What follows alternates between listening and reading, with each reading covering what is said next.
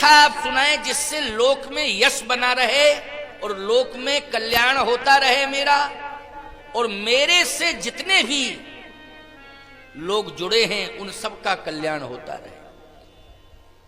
तो पार्वती जी से तो पूरा संसार जुड़ा है भैया, वो जगत माता है। बोलो है नहीं जगत माता? आप कहोगे जगत माता है? हां, जय गज वदन खड़ानन माता। क्यों भाई? जब गजानन और खड़ानन की माता है, जगत जननी दामिनी दुत जगत जननी। अब बोलो भैया हैं जगत जननी की नहीं? जब गजानन और खड़ानन की माता हैं तो जगत की माता हैं। तो जब जगत की माता हैं तो पार्वती जी से पूरा जगत जुड़ा है कि नहीं जुड़ा? कि केवल सिकोहाई बाग जुड़ा? पूरा जगत जुड़ा है, जगत की माता है। कौन ऐसी मां होगी जो अपने बेटों का कल्याण न चाहती? और बेटों का कल्याण कैसे हो, यही चिंता मां को रहती है। पार्वती जी को भी यही चिंता है कि पूरे जगत का कल्याण हो जाए। ऐसी कथा आप सुनाएं, मतलब मेरे इस बच्चों का कल्याण, मेरी संतान का कल्याण हो जाए, ऐसी कथा आप सुनाएं। धन्य है मां पार्वती। इसलिए मैं कहता हूं ये पितृपक्ष चल रहा है। बोलो पितृपक्ष है कि नहीं? श्राद्ध पक्ष भी कहते हैं। अच्छा, पता नहीं बहुत से लोग कहते हैं कि करे दिन कुछ ऐसा शब्द कहते हैं। ये करे दिन वाला समझ में नहीं आता है। पितृपक्ष तो समझ में आता है, श्राद्ध पक्ष समझ में आता है। ये करे दिन शब्द नहीं है, कर्ण दिन शब्द है। वो सबसे ज्यादा दान कर्ण ने किया था। इसमें माता पिता के कल्याण के लिए सबसे ज्यादा दान कर्ण के द्वारा हुआ था। तो याद रखना, इतना दान किया इसी समय कर्ण ने कि वो कर्ण के नाम से ही दिन हो गया और माता पिता के लिए समर्पित हो गया। ये कर्ण दिन है, ये श्राद्ध पक्ष है, ये पितृ पक्ष है। अन्य भाषाएं तो क्षेत्रीय हुआ करती हैं। लोग कुछ भी कहने लगे कि 15 दिन में अलग अलग तरह के शब्दों का प्रयोग करते हैं लोग, लेकिन ये श्राद्ध मानी श्रद्धा। श्राद्ध मानी क्या है? श्रद्धा। और खास तौर से माता पिता के प्रति श्रद्धा। क्यों? सबसे ज्यादा संतान के कल्याण की कामना माता पिता ही करते हैं देवी देवताओं से। बोलो करते हैं कि नहीं करते हैं? कौन करते हैं? माता पिता। और जिसमें सबसे पहले तो मां है। मां सुबह जागती है 4 बजे, स्नान करके जितने मंदिर होते हैं गांव में सबकी देहरी पर जाती है और यही कहती है कि मेरे बच्चों का कल्याण हो, मेरे परिवार का कल्याण हो। बोलो यही मांगती है कि नहीं मांगती है देवी देवताओं? सुबह से घूमने लग जाती हैं ये, हर मंदिर की देहरी पर जाती हैं। ये भी सोचती हैं कि कोई मंदिर शेष ना रह जाए। इनका ये प्रयास रहता है। किसके लिए? मेरी संतान का कल्याण हो, मेरे परिवार का कल्याण हो और मेरा साथ ही साथ सुहाग अमर रहे, मेरे सिंदूर की रक्षा हो, मेरे संतान का कल्याण हो। इसकी कामना ये करती है। नारी इसलिए सम्माननीय है कि सबकी सुरक्षा का दायित्व लिया है और सबके सुरक्षण की प्रार्थना नित्य करती रहती हैं।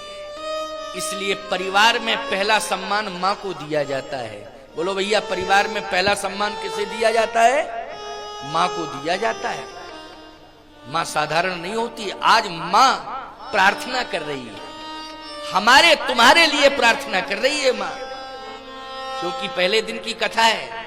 लेकिन कथा से होगा क्या? आपका कल्याण होगा, लोक में आपको यश मिलेगा और परलोक में आपको सुख मिलेगा।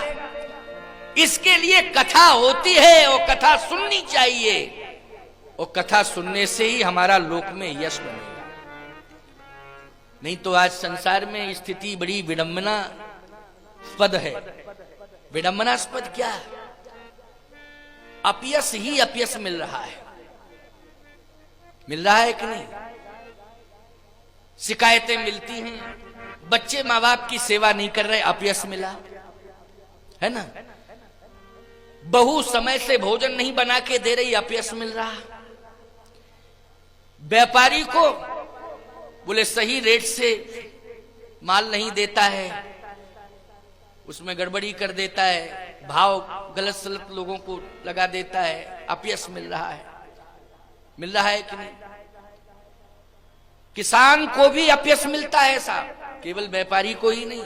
आपको किसान को क्या अपयश मिलता है? मन लगा के खेती नहीं करता है तो अपयश मिलता है। इतनी जमीन जायदाद होने के बाद भी पेट नहीं भर पा रहा, क्योंकि कुछ करता ही नहीं है, आलसी है, पड़ा रहता है। तो बोलो अपयश मिलता है कि नहीं मिलता है? किसान को जल्दी बोलो, मिलता है कि नहीं?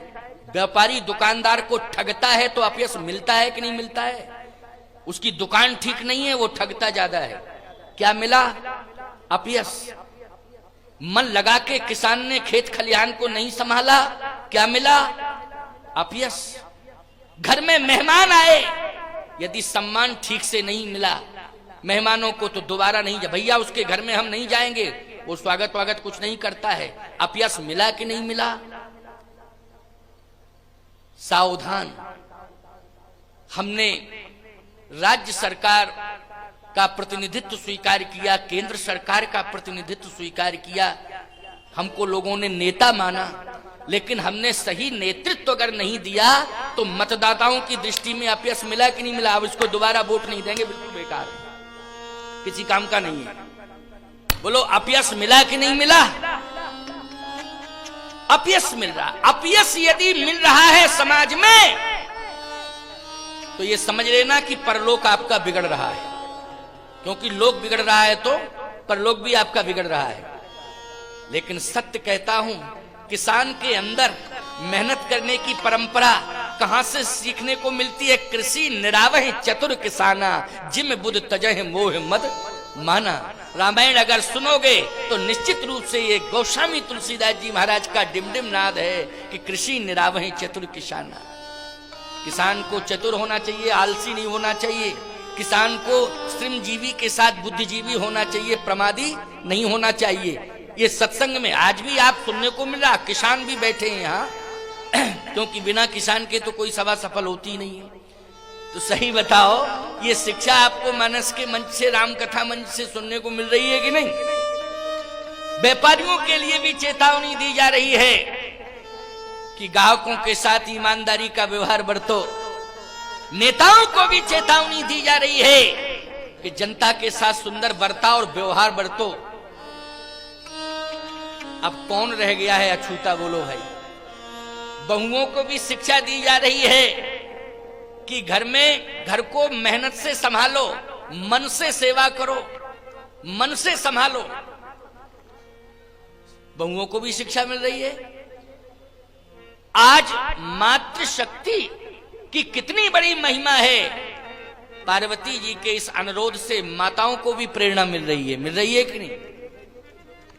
इसलिए मैं कहता हूं कि ये सत्संग, ये राम कथा सुनना बहुत आवश्यक है, क्योंकि कथा सुनोगे तो अपयश से बचोगे, समाज के अपयश से बचोगे, क्योंकि गलत काम नहीं करोगे। कथा के संस्कार यदि रहेंगे तो काम गलत नहीं करोगे, गलत काम नहीं करोगे, ईमानदारी से कार्य करोगे, यश के पात्र बनोगे, अपयश से बचोगे और यश मिलेगा लोक में।